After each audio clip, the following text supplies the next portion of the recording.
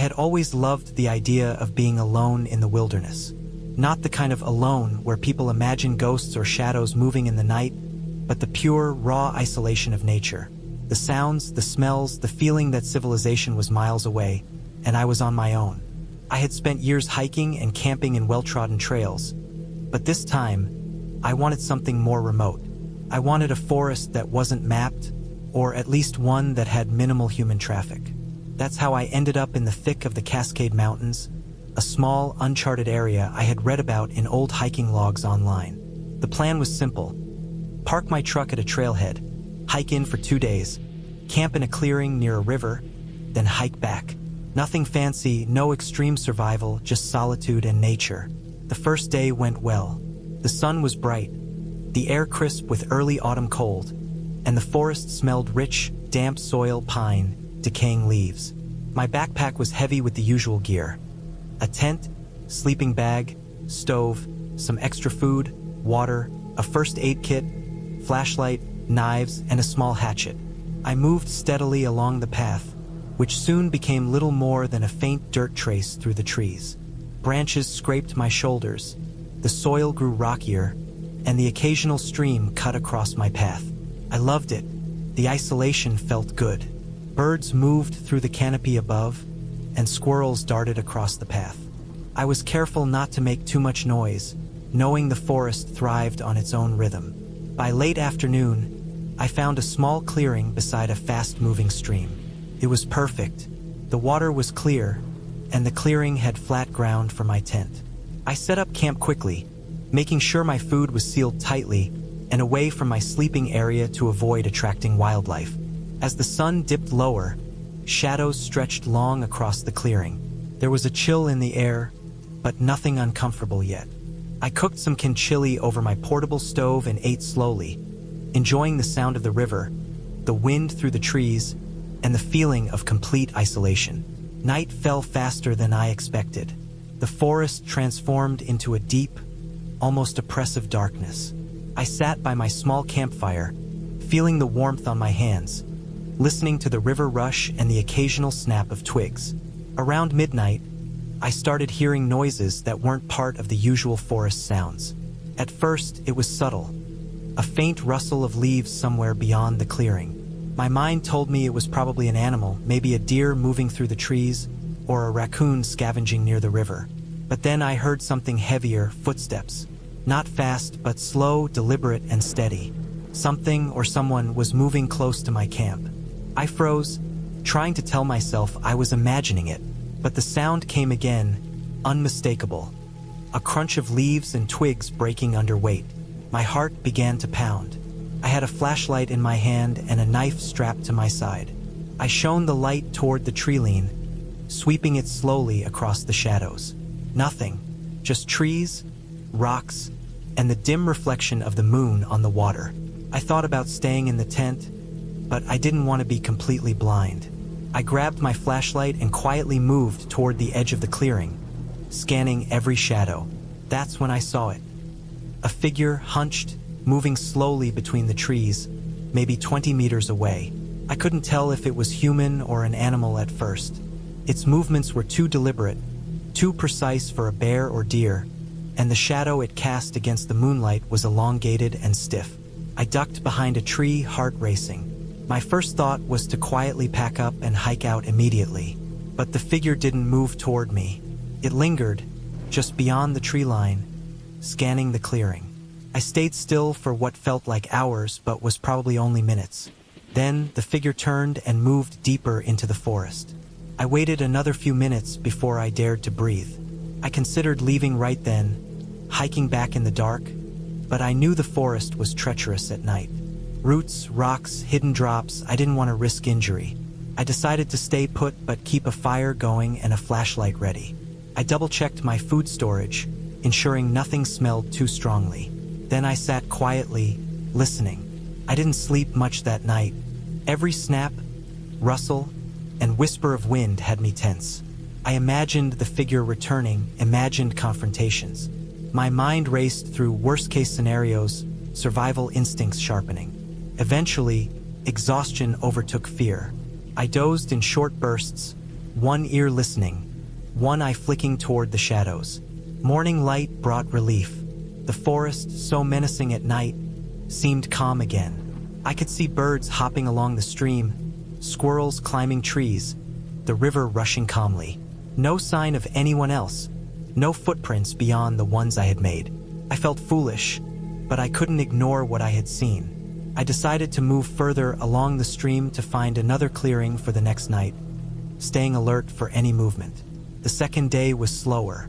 I tried to distract myself with the beauty of the forest, noting moss on rocks, patterns of sunlight on leaves, and the constant, gentle sound of running water. But every shadow, every movement caught the corner of my eye, making me tense again. By late afternoon, I found a second clearing. This one was smaller but near a bend in the stream, offering a flat area to pitch my tent. I set up again, kept my food sealed, and built a slightly larger fire than the first night, just in case. This night, the noises returned. Not immediately, but as darkness settled, I heard distant snaps, the rush of feet through leaves, and faint breathing that seemed to come from all directions. I stayed quiet, flashlight ready. Hours passed with nothing visible, and I began to feel exhausted, imagining I could finally sleep. Then, without warning, I heard the sound of something heavy falling into the water nearby. A splash, a loud one. I shot upright, scanning with my flashlight. Something or someone was in the stream, moving upstream slowly. The water reflected the moonlight enough to catch glimpses of movement, and I could see a dark shape struggling against the current. My first thought was to leave immediately. I grabbed my pack, slipping on my shoes, ready to hike, but realized I couldn't just run blindly. The stream was wide here, and the forest was dense. I had to navigate carefully. I took a few steps toward the trees, keeping the fire at my back as a reference point, trying to move silently. The shape in the water disappeared around the bend. I debated calling out or shining the light directly on it, but my gut told me this was a human threat, not an animal, and making noise could draw attention. I spent the rest of the night sitting fully clothed, knife in hand, flashlight on, watching the water and tree lean. Eventually, the shape did not return. Exhaustion took over, and I finally dozed, keeping one eye partially open. Morning came again. I was relieved, but also hyper-aware. I packed up quickly, leaving no trace of my camp, keeping food and water at hand. I followed the stream downstream, sticking to high ground, staying alert. Hours into the hike, I began noticing something strange. Footprints in the mud along the stream bank. Not animal prints, but human boots. And they were recent, some even partially submerged from last night's rain. They followed the same path I had been taking, often stepping where I had stepped, as if someone was tracking me. My pulse quickened. I had the option to turn and confront them, but I knew I was alone, unarmed beyond a small knife, and they could easily be dangerous. I decided to stay hidden, moving carefully, sometimes stepping off the path and crawling through thick underbrush to avoid leaving tracks. By mid-afternoon, I came to a steep incline, dense with trees and rocks. The trail narrowed, and I realized the person or people following me could easily trap me. I considered my options and decided the safest route was to stay near the water, where I could spot movement more easily and maintain a clear path to escape. I slowed down, using the sound of the river to mask my own, and kept scanning every shadow. It wasn't until I reached a wider, flatter area downstream, closer to a road I had marked on my map, that I finally felt a sense of control again. The footprints stopped. There was no sign of anyone following, no disturbance of the forest beyond what nature itself would make. I stayed alert, but I began to feel a sense of relief. The isolation, the fear, the chase, it was ending. Eventually, I reached the dirt road. My truck was a couple of miles ahead, parked exactly where I had left it. The sight of it brought an overwhelming sense of relief. I moved carefully, keeping eyes on the forest edges, but no one emerged. When I finally slid into the driver's seat, locked the doors, and started the engine, I allowed myself to breathe properly for the first time in 2 days. I drove away slowly, checking the mirrors and road behind me until the forest disappeared from view. By the time I reached a small town, I stopped at a gas station bought water and food, and allowed myself to call my family. Not about the terrifying experiences, but just to check in and calm my own nerves. I realized later that the danger had been very real. Someone had been in the forest with me, tracking me at night, moving silently and deliberately. I had survived by staying calm, keeping to cover, and moving strategically. In the days afterward, I documented everything I had seen. The footprints, the noises, the figure in the trees, the shape in the water. I also reported it to local authorities, who said that hikers had reported suspicious people in that area before. Some had been trespassing, poaching, or camping illegally. I realized that the wilderness can be beautiful, peaceful, and lonely, but it can also be dangerous in ways that have nothing to do with fantasy. People are unpredictable, and when you are alone, there is no one to help you except yourself. I never returned to that part of the forest. I still hike, still enjoy camping, but I stay on trails that are well marked, and I never underestimate the presence of other people.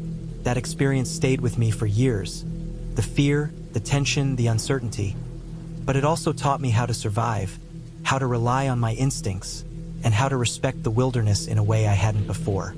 Every sound in the forest now has meaning, every shadow a caution. But I also feel stronger, more capable, because I faced a real danger and lived through it without panic, without injury, and without giving up. Looking back, I see it clearly. The fear was real, but so was my preparation. The danger was real, but so was my ability to survive it. That balance, the knowledge, the awareness, the caution, is what keeps you alive in the wilderness. And that lesson, more than any beautiful scenery or peaceful solitude, is what I carry with me every time I go camping.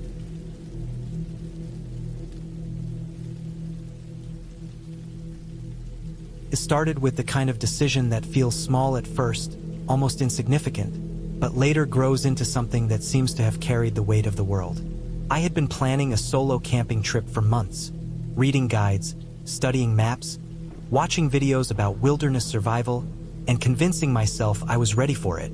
I had done shorter trips before, a night here, 2 nights there, always with friends, always with someone else to share the discomfort or the excitement. But this time it was different. This time, it was just me. A backpack full of essentials, a small tent, a sleeping bag, and the kind of naive confidence that convinces you that the wilderness is nothing more than a peaceful escape from everyday life. I arrived at the trailhead in the early morning, the sun still low and thin in the sky, spilling light in soft gold streaks through the branches. The parking lot was almost empty, a few cars scattered across the cracked asphalt. I could feel a quiet hum of anticipation in my chest as I shouldered my pack. My plan was simple.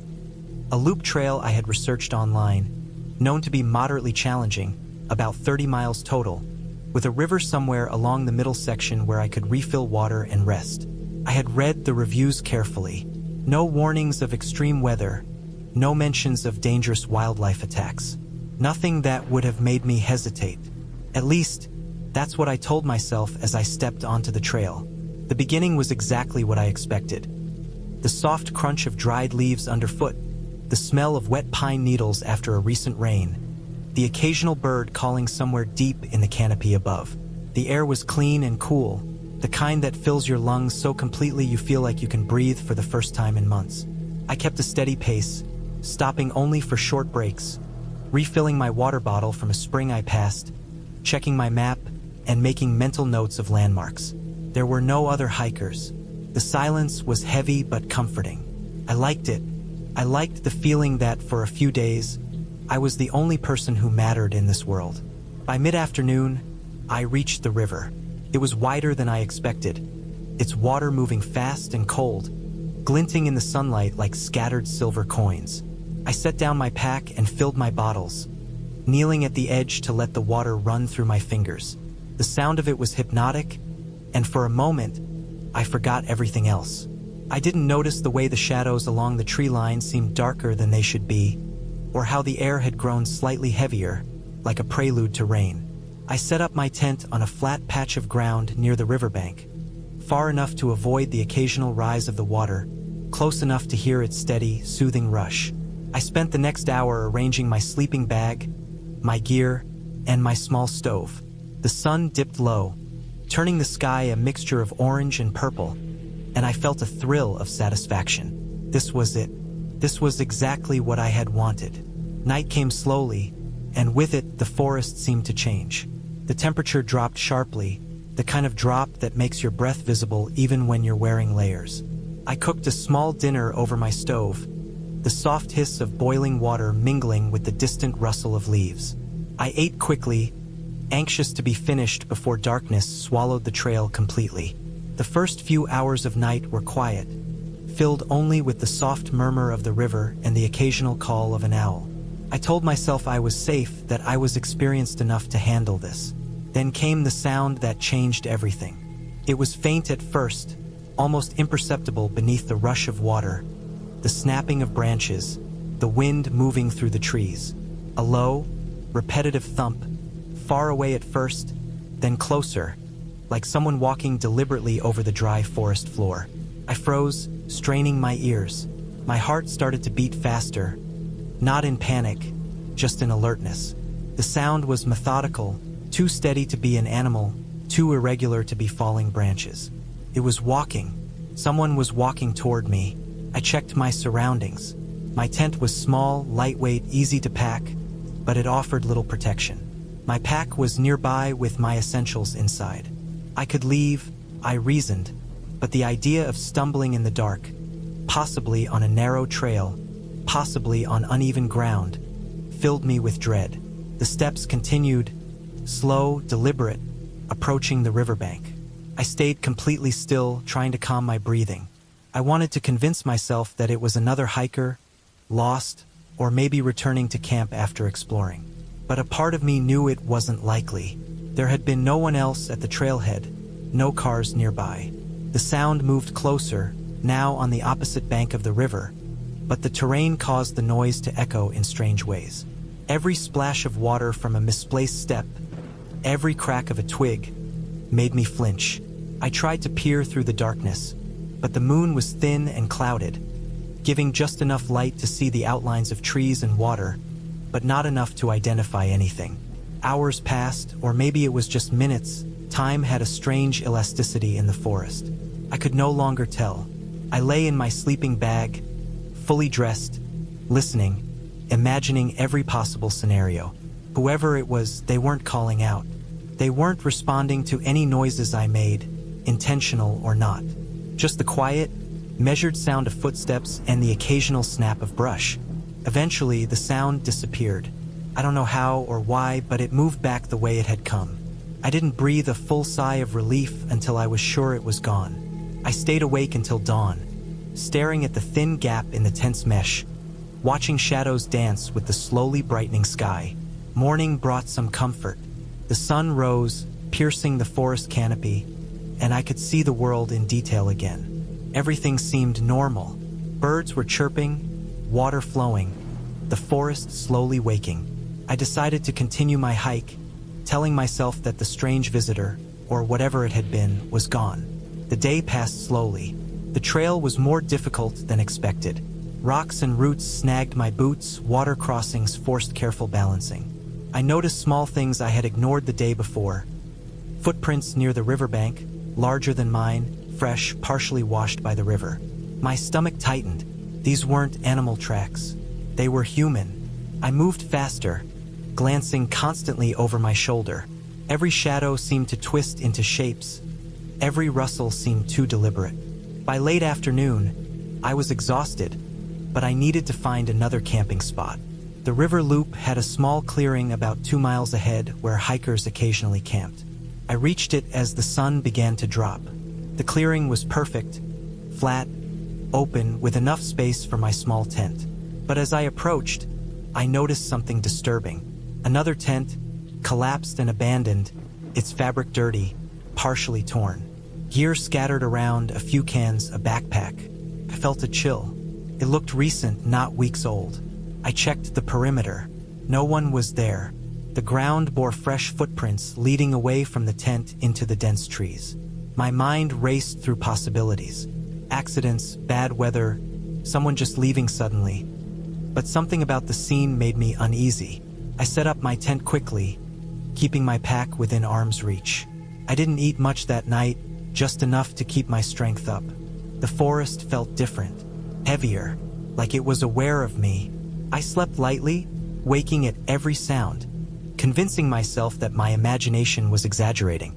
At some point in the night, I heard voices, faint, low, muffled, coming from deep in the trees.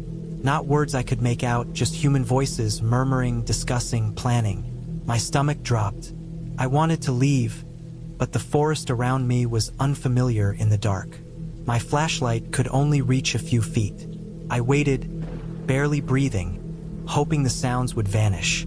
They did eventually, not completely, just retreating into the distance, leaving only the occasional snap of a branch. I lay awake until dawn, exhausted, anxious, constantly scanning. Morning came. I didn't linger. I packed quickly, keeping my bag ready to run. I took the shortest route back to the trailhead, moving faster than I had all trip, taking care not to stumble, trying not to make noise. The forest, which had felt alive and vibrant at first, now felt oppressive, full of shadows and things that could move without notice. By late afternoon, I finally saw the trailhead. Cars, the parking lot, the smell of asphalt, civilization. Relief hit me in a wave that made my knees weak. I didn't look back. I loaded my pack into my car, doors locked immediately, engine running before I even sat fully. As I drove away, the forest disappeared behind me, a wall of trees and shadows. I kept thinking about the footprints, the tent, the voices. Someone had been there, someone had watched me. I didn't know why. I didn't know if I had been in danger, or just alone with another human in the wrong place at the wrong time. Weeks later, I learned that a hiker had gone missing in that area. The reports saying she disappeared without a trace near the same river loop I had camped along. Police suspected foul play but had no leads. I realized how close I had come to being part of that story, how easily I could have ended up in an abandoned tent or worse. The forest had been quiet, beautiful, and peaceful, but it had also been unpredictable, dangerous, and full of unseen eyes. Since then, I've hiked less, always in groups, always leaving my location with someone I trust. I still love the forest, the feel of the air, the crunch of leaves underfoot, but I carry the memory of that trip like a scar. A reminder that nature is not always gentle, and that sometimes the scariest part of being alone in the wilderness isn't the animals, the cold, or the storms. It's other people and the unpredictability of what they might do. Even now, I can still picture the river, the scattered footprints, and that small clearing with the abandoned tent. I can feel the tension in the air, the quiet that turns into something menacing when you're alone. And every time I step into the forest, I carry that awareness with me. It doesn't ruin the experience, not completely, but it changes the way you move, the way you breathe, and the way you respect the unseen dangers around you. It's a lesson I learned the hard way. The wilderness is real, and so are the threats that come with it. And sometimes the ending can be good. You can survive, you can leave, but only if you respect it and never, ever assume that safety is guaranteed.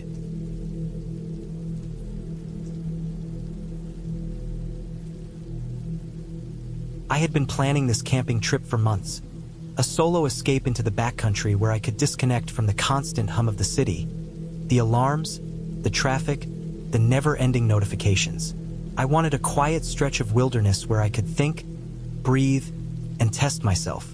My research led me to a remote section of a national forest, miles away from any maintained trail, far from the small clearing roads and campsites marked on maps.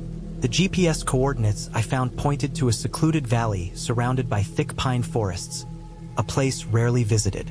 The thought of being completely alone was thrilling, but I knew the risks, and I had prepared as best I could. I packed my backpack carefully.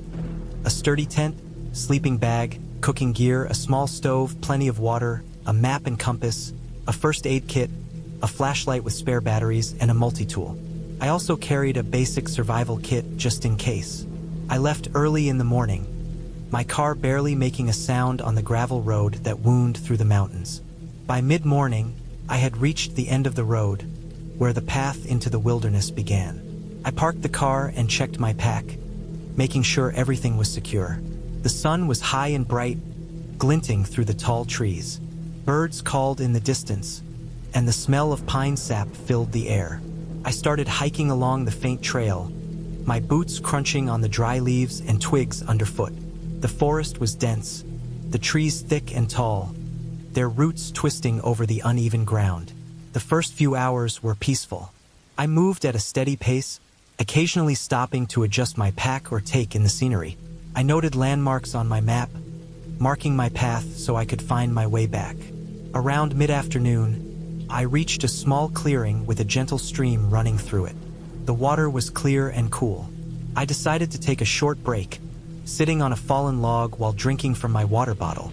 The sun had shifted lower, casting long shadows across the clearing. I filled my water container from the stream, careful to filter it later, and ate a small snack.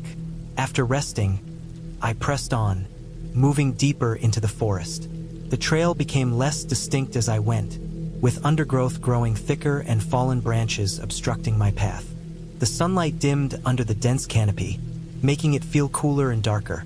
I had to move carefully, watching every step to avoid tripping. Around mid-evening, I finally found a suitable place to set up my tent, a small flat area near a cluster of large pine trees, slightly elevated above the stream to avoid any risk of water rising overnight. I unpacked my gear, set up the tent, and laid out my sleeping bag. The sun had dipped below the horizon, leaving only a faint glow in the sky. I lit my small camping stove and prepared a simple meal, the smell of heated rice and canned beans filling the air.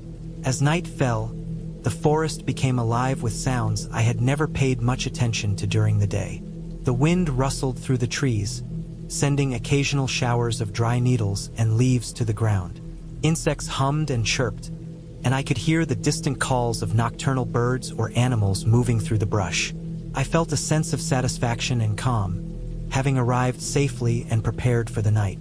I ate slowly, savoring the quiet and the isolation. After eating, I cleaned up my cooking area and stored all food securely in my pack, knowing that bears and other wildlife could be attracted by the smell. I checked my flashlight and spare batteries, then zipped myself into my sleeping bag inside the tent. The tent fabric shivered in the night wind, and I could hear twigs snapping outside. I assumed it was just small animals moving through the underbrush. Sleep was slow to come. The isolation pressed against my mind, making ordinary forest noises seem louder and more ominous. Every branch snapping, every rustle of leaves, made me sit up and strain my ears. Around midnight, I finally dozed off, only to be awakened a few hours later by a loud, sharp cracking sound near the edge of my clearing. My heart jumped. The sound was different from the usual snapping of twigs. It was heavier, more deliberate. I unzipped my tent slightly to peer out, holding my flashlight in hand. Outside, shadows moved among the trees. I couldn't see clearly, but something large had disturbed the underbrush. My mind raced through possibilities: deer, a bear, or maybe even a wild boar. My survival instincts kicked in.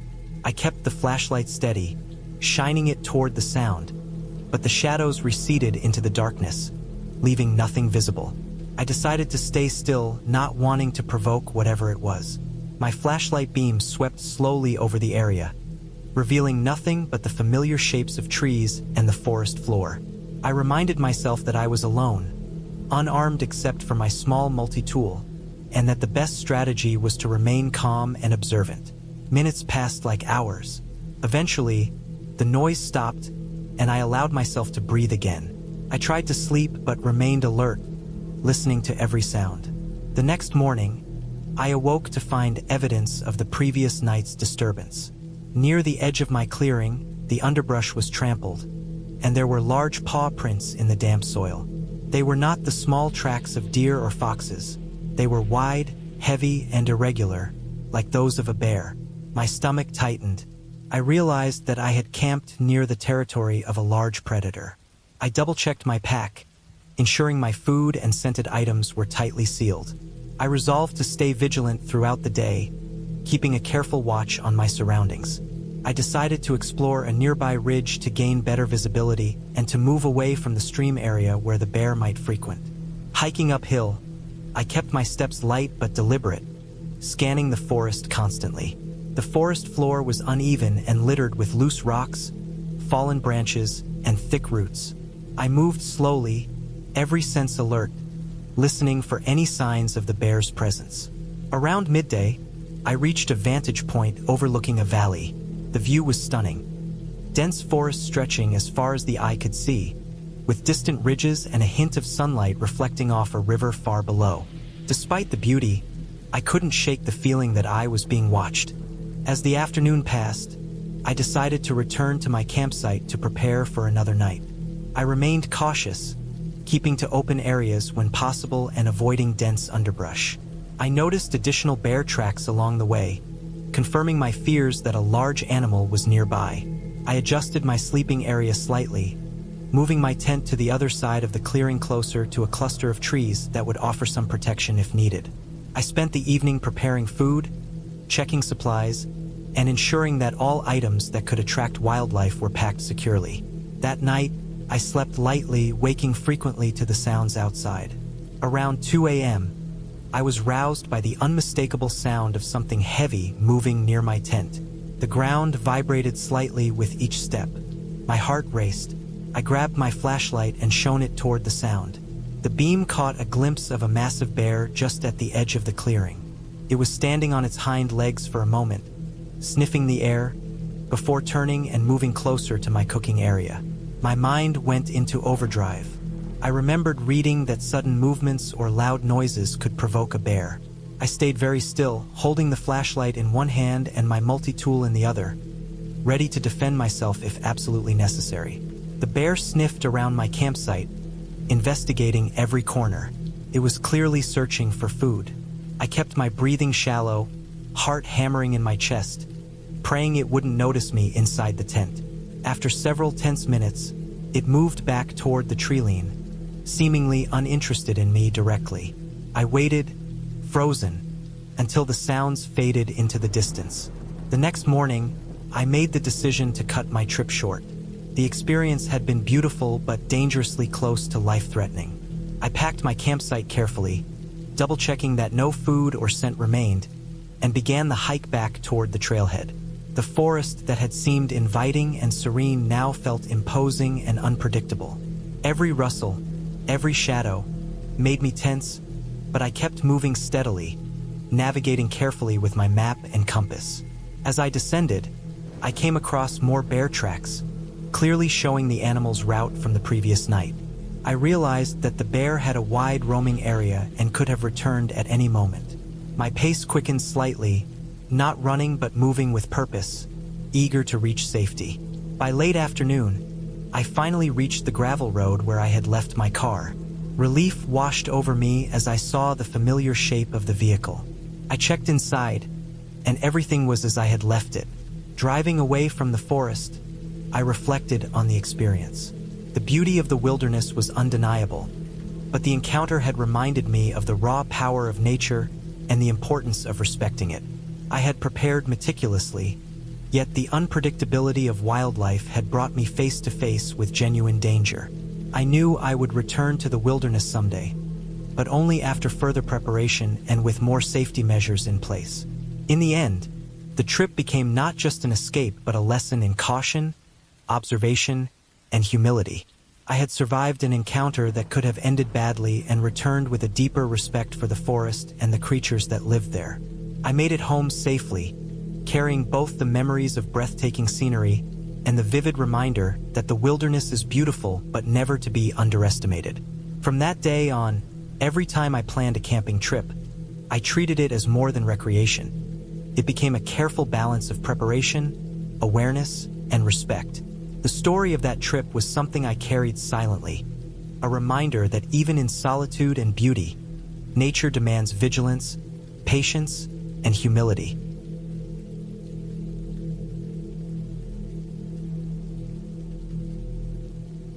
It started with the kind of decision that feels small at first, almost insignificant, but later grows into something that seems to have carried the weight of the world. I had been planning a solo camping trip for months, reading guides, studying maps, watching videos about wilderness survival, and convincing myself I was ready for it. I had done shorter trips before, A night here, 2 nights there, always with friends, always with someone else to share the discomfort or the excitement. But this time it was different. This time, it was just me. A backpack full of essentials, a small tent, a sleeping bag, and the kind of naive confidence that convinces you that the wilderness is nothing more than a peaceful escape from everyday life. I arrived at the trailhead in the early morning, the sun still low and thin in the sky, spilling light in soft gold streaks through the branches. The parking lot was almost empty, a few cars scattered across the cracked asphalt. I could feel a quiet hum of anticipation in my chest as I shouldered my pack. My plan was simple. A loop trail I had researched online, known to be moderately challenging, about 30 miles total, with a river somewhere along the middle section where I could refill water and rest. I had read the reviews carefully. No warnings of extreme weather, no mentions of dangerous wildlife attacks. Nothing that would have made me hesitate. At least, that's what I told myself as I stepped onto the trail. The beginning was exactly what I expected. The soft crunch of dried leaves underfoot, the smell of wet pine needles after a recent rain, the occasional bird calling somewhere deep in the canopy above. The air was clean and cool, the kind that fills your lungs so completely you feel like you can breathe for the first time in months. I kept a steady pace, stopping only for short breaks, refilling my water bottle from a spring I passed, checking my map, and making mental notes of landmarks. There were no other hikers. The silence was heavy but comforting. I liked it. I liked the feeling that, for a few days, I was the only person who mattered in this world. By mid-afternoon, I reached the river. It was wider than I expected, its water moving fast and cold, glinting in the sunlight like scattered silver coins. I set down my pack and filled my bottles, kneeling at the edge to let the water run through my fingers. The sound of it was hypnotic, and for a moment, I forgot everything else. I didn't notice the way the shadows along the tree line seemed darker than they should be, or how the air had grown slightly heavier, like a prelude to rain. I set up my tent on a flat patch of ground near the riverbank, far enough to avoid the occasional rise of the water, close enough to hear its steady, soothing rush. I spent the next hour arranging my sleeping bag, my gear, and my small stove. The sun dipped low, turning the sky a mixture of orange and purple, and I felt a thrill of satisfaction. This was it. This was exactly what I had wanted. Night came slowly, and with it, the forest seemed to change. The temperature dropped sharply, the kind of drop that makes your breath visible even when you're wearing layers. I cooked a small dinner over my stove, the soft hiss of boiling water mingling with the distant rustle of leaves. I ate quickly, anxious to be finished before darkness swallowed the trail completely. The first few hours of night were quiet, filled only with the soft murmur of the river and the occasional call of an owl. I told myself I was safe, that I was experienced enough to handle this. Then came the sound that changed everything. It was faint at first, almost imperceptible beneath the rush of water, the snapping of branches, the wind moving through the trees. A low, repetitive thump, far away at first, then closer, like someone walking deliberately over the dry forest floor. I froze, straining my ears. My heart started to beat faster, not in panic, just in alertness. The sound was methodical, too steady to be an animal, too irregular to be falling branches. It was walking. Someone was walking toward me. I checked my surroundings. My tent was small, lightweight, easy to pack, but it offered little protection. My pack was nearby with my essentials inside. I could leave, I reasoned, but the idea of stumbling in the dark, possibly on a narrow trail, possibly on uneven ground, filled me with dread. The steps continued, slow, deliberate, approaching the riverbank. I stayed completely still, trying to calm my breathing. I wanted to convince myself that it was another hiker, lost, or maybe returning to camp after exploring. But a part of me knew it wasn't likely. There had been no one else at the trailhead, no cars nearby. The sound moved closer, now on the opposite bank of the river, but the terrain caused the noise to echo in strange ways. Every splash of water from a misplaced step, every crack of a twig, made me flinch. I tried to peer through the darkness, but the moon was thin and clouded, giving just enough light to see the outlines of trees and water, but not enough to identify anything. Hours passed, or maybe it was just minutes. Time had a strange elasticity in the forest. I could no longer tell. I lay in my sleeping bag, fully dressed, listening, imagining every possible scenario. Whoever it was, they weren't calling out. They weren't responding to any noises I made, intentional or not. Just the quiet, measured sound of footsteps and the occasional snap of brush. Eventually, the sound disappeared. I don't know how or why, but it moved back the way it had come. I didn't breathe a full sigh of relief until I was sure it was gone. I stayed awake until dawn, staring at the thin gap in the tent's mesh, watching shadows dance with the slowly brightening sky. Morning brought some comfort. The sun rose, piercing the forest canopy, and I could see the world in detail again. Everything seemed normal. Birds were chirping, water flowing, the forest slowly waking. I decided to continue my hike, telling myself that the strange visitor, or whatever it had been, was gone. The day passed slowly. The trail was more difficult than expected. Rocks and roots snagged my boots, water crossings forced careful balancing. I noticed small things I had ignored the day before. Footprints near the riverbank, larger than mine, fresh, partially washed by the river. My stomach tightened. These weren't animal tracks. They were human. I moved faster, glancing constantly over my shoulder. Every shadow seemed to twist into shapes. Every rustle seemed too deliberate. By late afternoon, I was exhausted, but I needed to find another camping spot. The river loop had a small clearing about 2 miles ahead where hikers occasionally camped. I reached it as the sun began to drop. The clearing was perfect, flat, open, with enough space for my small tent. But as I approached, I noticed something disturbing. Another tent, collapsed and abandoned, its fabric dirty, partially torn. Gear scattered around, a few cans, a backpack. I felt a chill.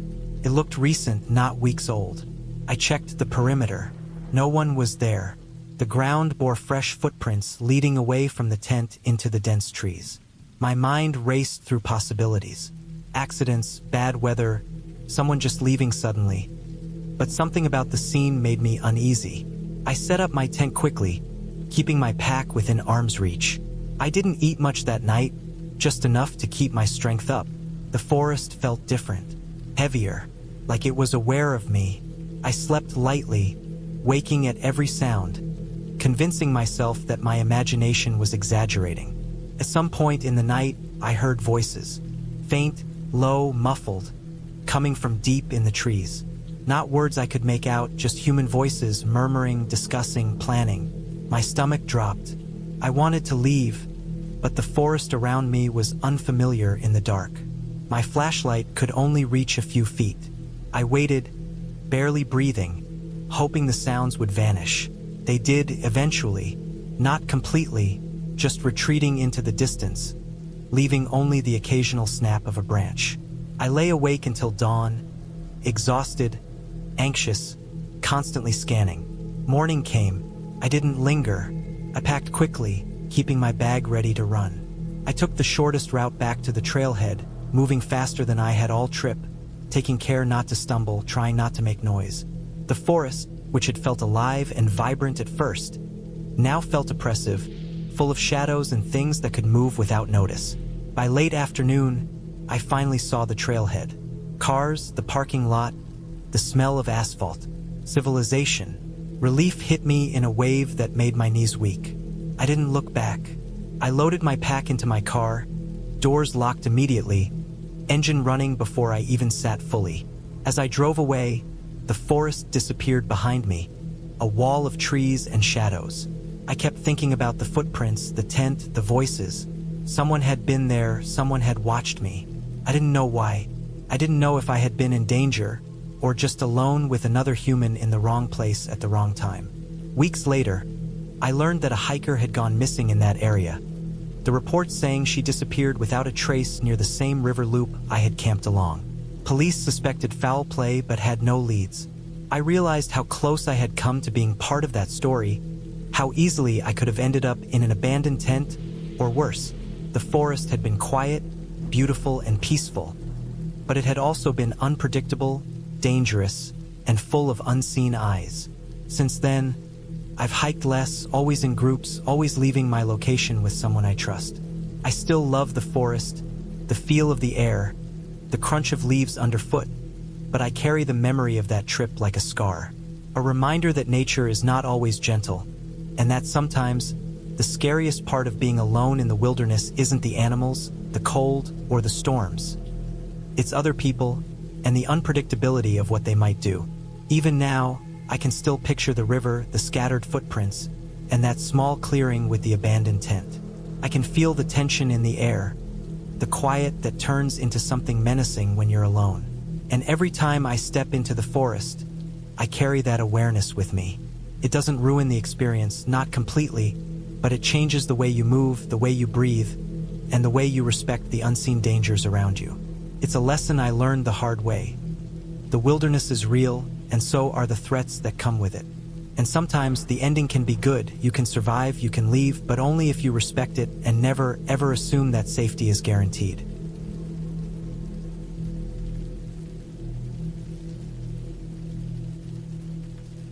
I had been planning this camping trip for months, mapping out trails, checking weather reports, and making a list of every piece of equipment I would need.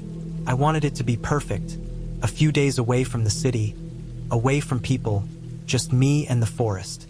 I had been camping before, but never alone in such a remote area. I drove for hours until the paved roads ended and the dirt trails began, winding through hills thick with pine and oak. The sun was already low, but I pushed forward, eager to find the perfect spot. When I finally saw a flat clearing near a small stream, surrounded by dense trees, I knew this was it. It felt secluded, quiet in a way that felt both comforting and slightly unsettling. I parked my car at the edge of the clearing and began unpacking my gear. I carried everything from my tent to my backpack, stove, and extra food. I set up the tent first, hammering the stakes into the frozen ground and double-checking the seams. The forest around me was alive with the sounds of birds returning to their nests, the distant rustle of leaves, and the occasional snap of twigs under some unseen creature's feet. The wind carried a cold bite, and I pulled my jacket tighter. I built a small fire, arranging stones around it to keep the flames from spreading. Sparks rose into the darkening sky, and I felt a small sense of satisfaction as I watched the glow settle over the clearing. After setting up, I started preparing dinner. I had canned beans, rice, and a small portion of dried meat. Cooking over the fire was slow, but the smell of the food warmed me, and I could feel my muscles relax after the long hike in. I ate slowly, listening to the forest, noticing how every sound seemed louder in the quiet of the evening. As darkness fell completely, the forest became a shadow of movement and sound. The stream nearby added a constant, soothing murmur, but it also reminded me how isolated I was. I finished eating and cleaned up carefully, making sure no food scraps were left near the tent. I knew from past camping experience that even the smallest crumbs could attract wildlife. Once the fire burned down to glowing embers, I crawled into my sleeping bag, zipped it up tightly, and lay on my foam pad. The air was cold, and the night was deep. My tent walls shivered slightly with the wind. I tried to sleep, but the noises of the forest kept me alert.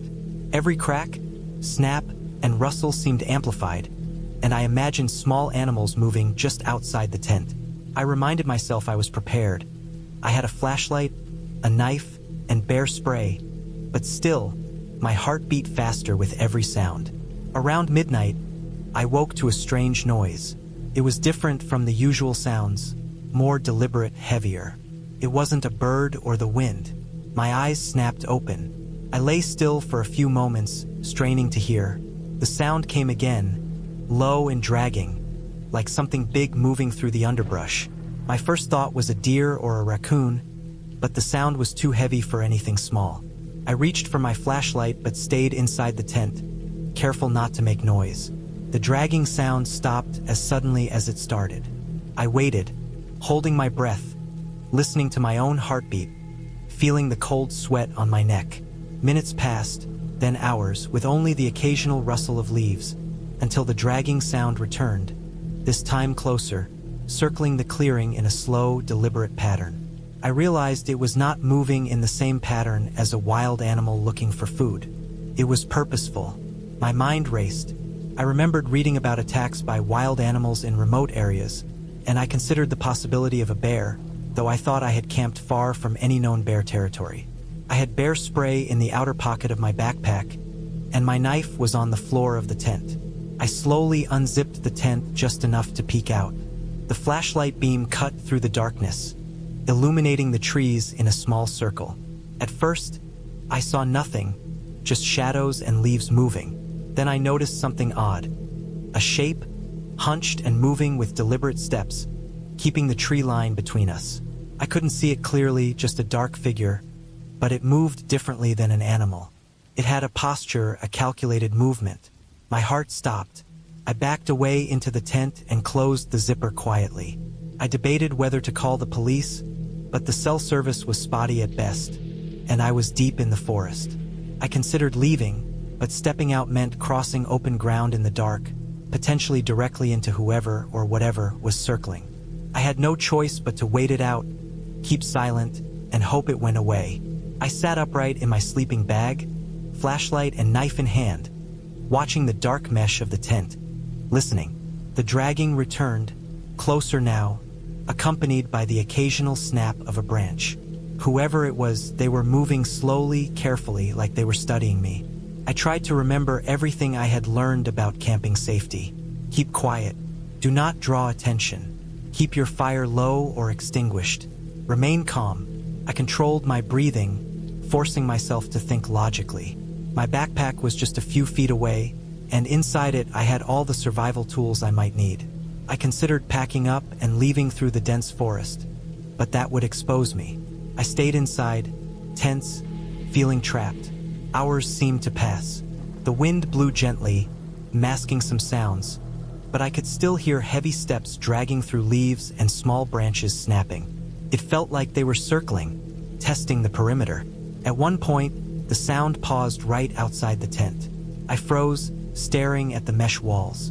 I could see vague movements, shadows shifting. I thought about shouting or making a noise to scare it away, but my instincts told me that would be worse. Whoever was out there was cautious, deliberate, and I had no idea how they would react. My mind ran through every possible scenario. If it was a bear, I would have seen eyes reflecting in the flashlight.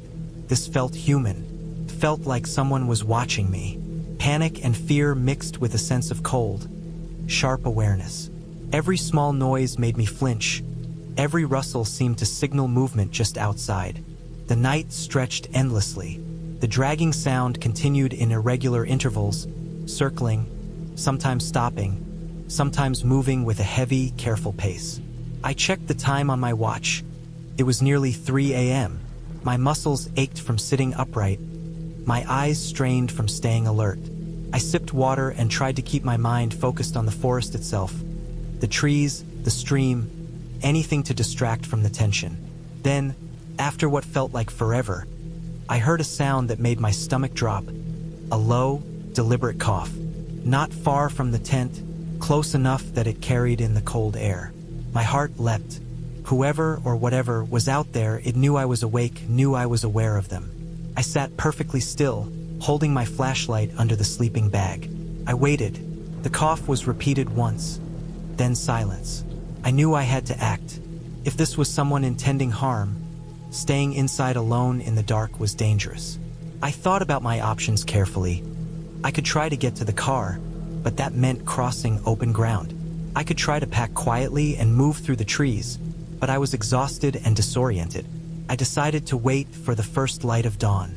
Moving in the dark was too risky. I tried to stay calm, reminding myself that most people aren't dangerous, but I couldn't shake the fear that someone had been observing me for hours. The hours crawled by, my body stiff and aching, but gradually, the sky began to lighten, pale blue seeping through the trees. The dragging sounds became faint and then stopped altogether. I waited until full daylight before unzipping the tent completely. The clearing looked normal. The fire pit, my supplies, the footprints in the soft soil around the trees. They were all signs that someone had been here. I could see the prints, heavy, deliberate, and distinct from any animal tracks. They circled my tent, approaching at times and retreating, leaving marks of calculated movement.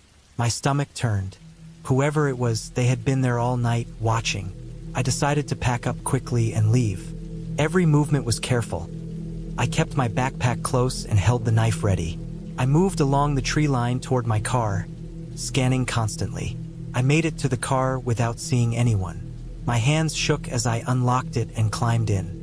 The engine roared to life, and I drove slowly, checking the edges of the forest as I left. I didn't stop until I reached a main road with traffic. Relief washed over me, but a part of me remained tense. I stopped at a small convenience store to collect my thoughts, trying to shake the fear that lingered. Later, when I looked back, I realized I had underestimated how vulnerable a single person is in the forest at night. I had been cautious, experienced, and prepared, but even that wasn't enough against someone watching. I reported the tracks to local authorities, who promised to patrol the area more often, but the thought that someone had spent hours circling my tent lingered with me. After that trip, I camped again, but only in places with people nearby where help was accessible, where isolation didn't become a risk. I kept my knife and bear spray ready, but I never slept in a tent in the wilderness alone again. The experience changed how I viewed solitude, safety, and preparedness. It was a harsh lesson in awareness and caution, and one that I carried with me every time I ventured outdoors.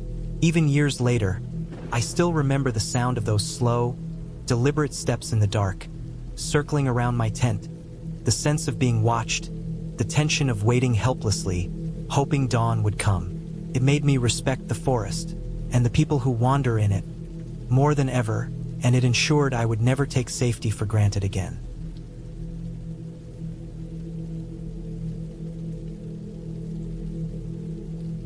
I had planned the trip for months. I wanted a weekend alone, away from the noise and stress of the city, where I could disappear into the woods and feel completely removed from everything. The map I had studied showed a small, isolated camping area deep in the forest, far from any roads and even farther from any cell service. The trail to get there was unmarked for most of the way, just a thin path between tall pines and underbrush so thick it often reached up to my waist. It wasn't a place where most people went. That's exactly why I chose it. I packed carefully. My backpack was heavy but well organized. A small tent, a sleeping bag, a stove, plenty of food, water, and the kind of survival gear you think you'll never need until you do. I also brought a flashlight, extra batteries, a first aid kit, and a small hunting knife. I made sure I had a compass and a physical map because I didn't trust my phone to keep a signal. My plan was simple. Hike in Friday morning, set up camp before nightfall, spend the night, and hike out on Sunday afternoon. The first few hours were as expected. The sun was bright, the air crisp, and the forest alive with the sound of birds and insects. I had to navigate carefully. The trail was often covered with fallen leaves and branches, and sometimes it vanished completely for stretches before reappearing. I felt confident, even a little proud of myself, as I found my way through the denser sections, using the sun and the compass to keep my bearings.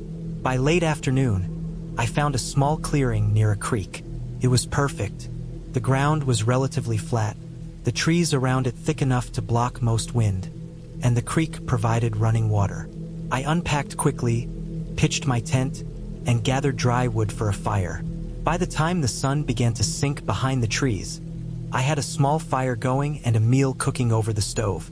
The forest around me was quiet now, the daytime sounds replaced by the occasional snap of a branch or rustle of leaves. I felt isolated, yes, but it was the kind of isolation I had wanted. The first night was quiet. I stayed up by the fire for a while, staring into the flames and listening to the creek babble. Eventually, I crawled into my sleeping bag and slept soundly, lulled by the rhythmic sounds of nature. The next morning, I woke to the smell of damp earth and moss. It had rained overnight, and the forest was slick and green. I made coffee over the small stove and ate some trail mix, then decided to explore a little. I wanted to get familiar with the surrounding area so I could plan a hike upstream. The forest was denser than it looked from the clearing. I pushed through thick brush and over fallen logs, my legs scraping against branches. I found the creek widening into a small pond and sat for a while, watching the water ripple. The solitude felt peaceful, but I also felt a growing unease. There was no sound of other people, no other campers or hikers, which was exactly what I wanted. But the absence of human presence sometimes made the forest feel heavier, almost oppressive. By mid-afternoon, I decided to head back to camp. The sky had grown gray, clouds moving in fast, and I knew the rain could return at any moment. As I retraced my steps, I noticed something unusual. The ground had small footprints, irregular and shallow, crossing the trail. They weren't deer prints. The spacing and shape suggested something different, something human. I frowned, scanning the trees around me. There was no one in sight, and the prints didn't seem fresh. Maybe a day old, but the realization made my chest tighten. Alone in a remote forest, the thought that someone else had passed through recently was unsettling. I tried to reason it out. Perhaps someone else had camped nearby, or maybe a hiker had gone off the marked trail. I shook it off and continued. I reached my clearing and nothing had changed. The tent was intact, my fire pit dry from the day's sun. I set about gathering more wood for the evening, chopping some small logs and piling them near the tent. By late afternoon, the wind had picked up, and the first raindrops began to fall. I rushed to get the fire going before the rain intensified. Soon, the clearing was misty, and the forest around me darkened. I sat by the fire, eating dinner, feeling the heat of the flames against the damp chill in the air. Then I heard it, a crack, like a branch snapping somewhere deeper in the trees. I froze, listening. Another crack, closer this time. I scanned the surrounding forest, but the shadows and mist made it impossible to see anything clearly. My first instinct was to tell myself it was an animal, probably a deer or a raccoon moving through the brush. But then the noises came in quick succession. Footsteps, deliberate and careful, breaking twigs under weight. Someone was moving toward me. I tried to stay calm. I had my knife and my backpack was nearby, but I knew that if whoever it was intended harm, I was at a disadvantage. I crouched near the fire, thinking of my options. If I ran now, I'd be exposed in the open, and the thick forest made running difficult without risking injury. If I stayed, I might be trapped. The footsteps got closer. I could see shadows moving among the trees, figures I couldn't identify. I debated shouting, but I knew that would reveal my position. I decided to grab my flashlight and my knife, preparing to confront whoever or whatever it was. Then I heard it clearly, voices, low, murmured, but definitely human. My heart pounded. They weren't calling out, just talking quietly to each other. I realized there must be more than one person. My mind raced. What did they want? Robbery? Or worse? I had no way of knowing. I decided to wait, hidden behind a thick tree near my fire, hoping they would pass by. The voices moved, circling, close enough that I could make out some words if I strained my ears, but I couldn't make sense of them. Time seemed to stretch. The rain fell heavier now, soaking the ground and making it slippery. The fire crackled, the only source of light in the gray, darkened forest. Then, abruptly, the voices stopped. Footsteps receded. My muscles were tense, my heart racing, every nerve alert. I waited a long while, but nothing came. Slowly, I dared to crawl back toward the tent. Everything seemed undisturbed, my supplies untouched, but the sense of being watched lingered. That night, I slept little. Every small sound, the wind rustling leaves, a distant animal cry, made me jump. I kept my knife close and my flashlight within reach. The next morning, I decided to pack up early. I didn't want to stay another night. As I moved quickly, I noticed more signs. Broken branches, small clearings that looked recently disturbed, and more footprints. Whoever had passed by the night before had been thorough, leaving traces but no obvious signs of their purpose. The realization sank in. I wasn't just alone in the forest. I had been watched, stalked even, and I didn't know by whom or why. Panic mixed with determination. I kept my pace brisk, retracing my steps toward the trailhead. The hike back was grueling. The ground was slick, mud clinging to my boots, and the creek I had crossed the day before had swollen from overnight rain. Every shadow made me tense. Every snapping branch sent my heart racing. I kept imagining eyes in the trees, hidden observers tracking my progress. Hours passed, and finally, I caught sight of the road, the first sign of civilization. My pace quickened, and when I reached my car, I was shaking from exhaustion and relief. I didn't look back. I drove home through the winding roads, mud splattered on the windshield, my nerves still raw from the night in the forest.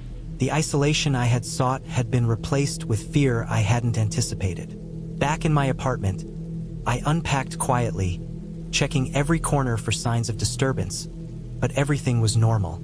I couldn't explain what had happened in the forest or who had been there, but I knew one thing for certain. I would never underestimate the isolation of a remote wilderness again. In the weeks that followed, I told no one about the encounter.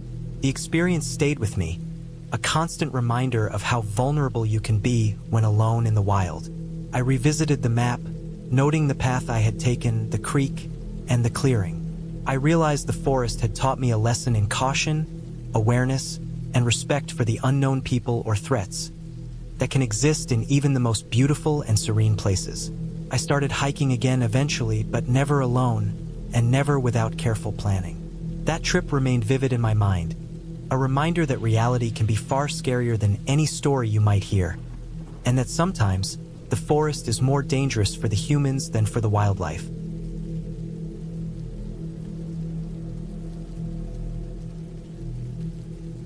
I decided not to take the trail back I had come from. Instead, I followed the creek downstream, hoping it would lead to a road or some sign of civilization. It was slow going. The ground was wet, slippery, and filled with hidden roots and rocks. But after hours of careful hiking, I finally reached a gravel road. Relief washed over me. I followed it until I saw a farmhouse in the distance. A man was working in the yard. I waved frantically. He noticed, came over, and I explained quickly, though mostly gesturing, that I had been lost and camping in the forest. He nodded, understanding immediately, and offered to call the authorities. While waiting, I kept glancing back at the tree-line, half expecting to see the figure from the night before. Nothing appeared. The police arrived within an hour. They took my statement, searched the area I had camped, and found signs of recent human activity. Footprints leading to and from my clearing, small pieces of firewood broken as if someone had been there, but no one. They explained that the area had occasional squatters or people camping illegally, sometimes causing trouble, but no violent incidents had been reported. I was shaken but relieved to be safe, and after some questioning, they drove me back to the trailhead where my car was parked. I drove home slowly, the road stretching endlessly before me, my mind replaying the night over and over. I realized how close I had been to a real danger. An unknown person in the woods, unarmed, untraceable. The forest was beautiful, peaceful, but it had taught me a lesson I would never forget. Preparedness could keep you alive, but awareness and caution could save your life. I never went camping alone again. I invested in better gear, took courses in wilderness safety, and always let someone know exactly where I would be. The forest itself was not cruel, it was indifferent, but people could be unpredictable, and nature could amplify danger in ways you never imagined. Looking back, I still remember the figure crouched at the edge of my clearing. I never saw it again. I never knew if it had been a person or a clever animal or just a shadow playing tricks. But I learned that fear can be sharp, precise, and sometimes the smallest decisions, where to camp, which trail to take, whether to move or stay still, can mean the difference between safety and disaster. I survived. I came back, and I never underestimated the forest or the unknown again. I had planned this camping trip for months. It wasn't some extravagant expedition, just me, my gear, and a remote stretch of forest I had read about in an old hiking guide. I wanted quiet. I wanted solitude. I wanted the chance to test myself, to rely only on my instincts and the supplies I carried in my backpack. I was careful, methodical, and I thought I had everything covered. A sturdy tent, a sleeping bag rated for low temperatures, plenty of water, canned food, a portable stove, a first aid kit, and an emergency radio. I even brought a map, though I thought I'd mostly follow the trails marked on my phone's GPS. I wanted to be as prepared as possible to avoid surprises, to avoid the kinds of mistakes people make when they underestimate nature.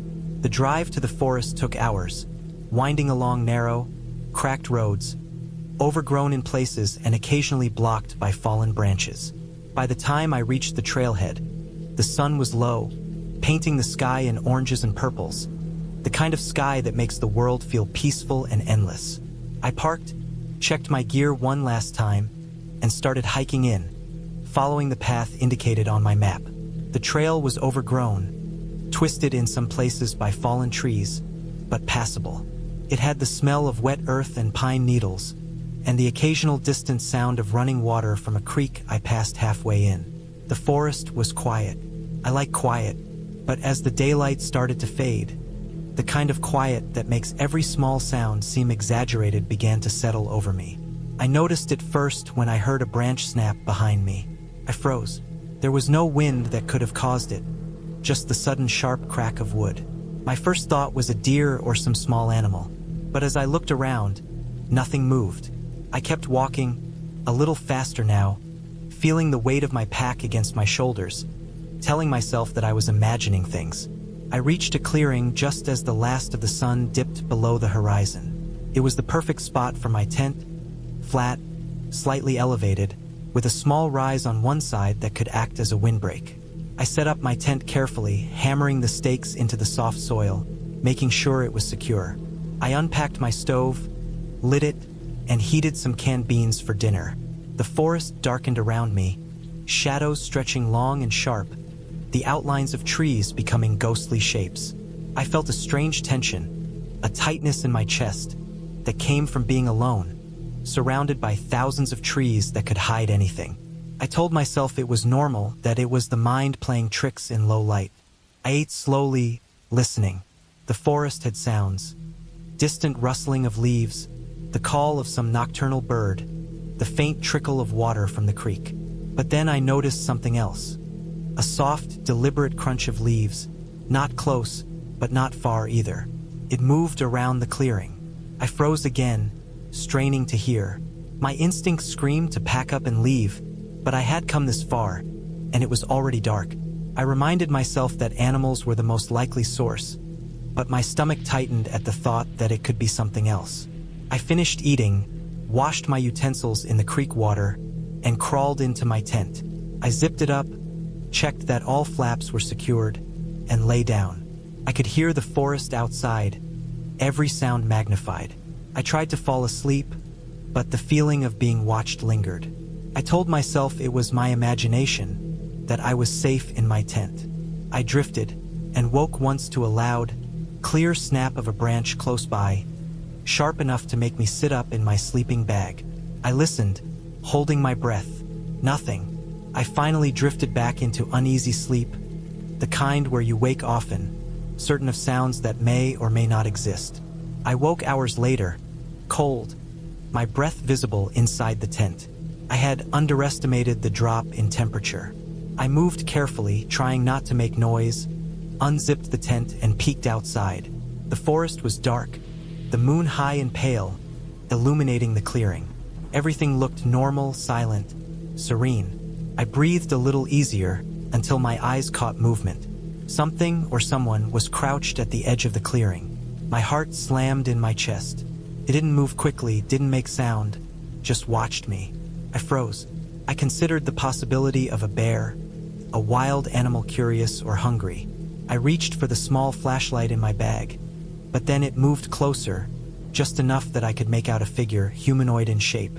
I cursed myself silently for underestimating human threats. I wasn't worried about a mythical creature, I realized I was worried about a person. I backed into the tent, quietly zipped it, and sat as still as I could. I debated whether to make noise, shout, or wait. I realized that if it was an animal, it might leave on its own, but if it was a human, it could be dangerous. I pulled out my phone, only to see no signal. I tried the emergency radio, it was silent too. I was completely cut off, isolated. I stayed in the tent all night, every muscle tense, listening to the occasional snap of a twig, every shadow in the moonlight seeming like it moved closer. The hours crawled. At one point, I thought I heard footsteps retreating, and I dared to believe that whoever or whatever was there had gone. Morning came, pale and gray. The forest looked calm again, peaceful, as if the night's events hadn't happened. I cautiously unzipped my tent and looked around. There was no one there. No tracks, no footprints, nothing. Only the usual signs of wildlife. Small birds hopping among fallen branches, the creek gurgling, leaves rustling in the breeze. My heart rate slowed, my muscles relaxed, but I didn't let my guard down. I packed quickly, checking the surroundings for anything unusual. My mind kept returning to the previous night, analyzing every detail. The crouched figure, the quiet movements, the impossibility of identifying it.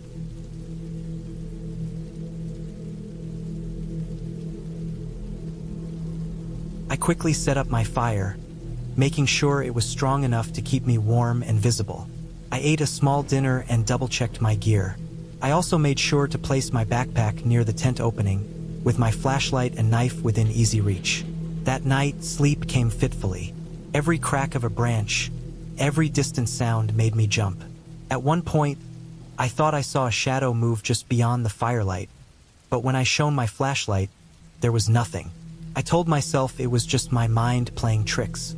The next morning, I woke to find my campsite disturbed. The fire pit had been raked slightly, and my water bottle was moved a few meters from where I had left it. My stomach sank. I hadn't heard anyone approach, and the forest was so dense that anyone could have come close without me noticing. I immediately packed my things, trying not to leave anything behind. I checked my map and compass and decided to hike back the way I had come, sticking strictly to the trail I had marked. As I walked, I kept noticing more signs that someone, or something, had been there recently. Broken branches, footprints, even a few pieces of trash that didn't belong in the wilderness. My unease grew into fear, but I reminded myself that I was in a national forest. People came here sometimes for logging or hiking. Still, the footprints were too large and too deliberate to be normal hikers. By mid-afternoon, I reached a part of the trail where the underbrush grew so thick it was hard to pass. I had to push branches aside, and I kept hearing twigs snap behind me, though I didn't turn around. My mind kept racing, imagining someone following me, hiding just out of sight. I tried to stay calm, focusing on my steps and keeping my compass in view.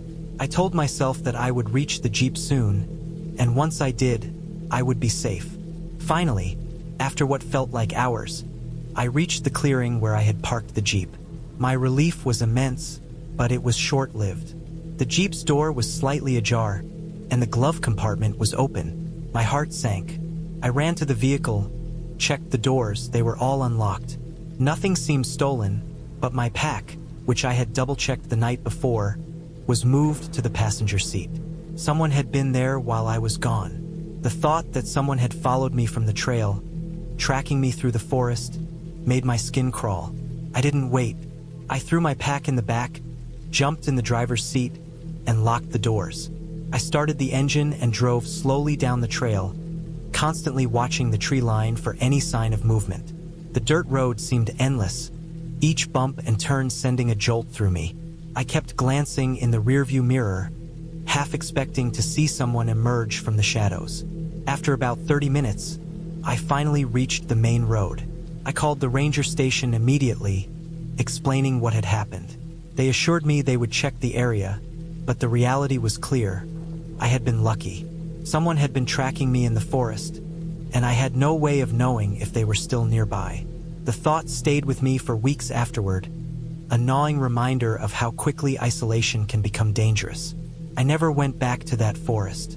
I sold my camping gear and stuck to organized trips with friends. I realized that the wilderness can be beautiful, but it can also be unpredictable and unforgiving. There is no magic in it, no fairy tale safety. It is simply raw, untamed nature, and sometimes there are people who make it even more threatening. The experience taught me to respect both the wilderness and the unknown presence of others.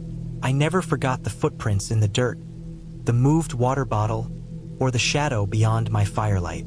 I never saw anyone, and I never knew exactly what happened, but I survived. That was the point. The forest hadn't defeated me, but it had reminded me of my vulnerability. And for the first time in years, I understood that being careful and aware is far more important than seeking adventure for its own sake. I look back now and see it as a lesson, harsh and unnerving, but necessary. Every trip I take now is planned meticulously. Every step is measured. Every shadow is noted. I don't let fear control me, but I never underestimate it either.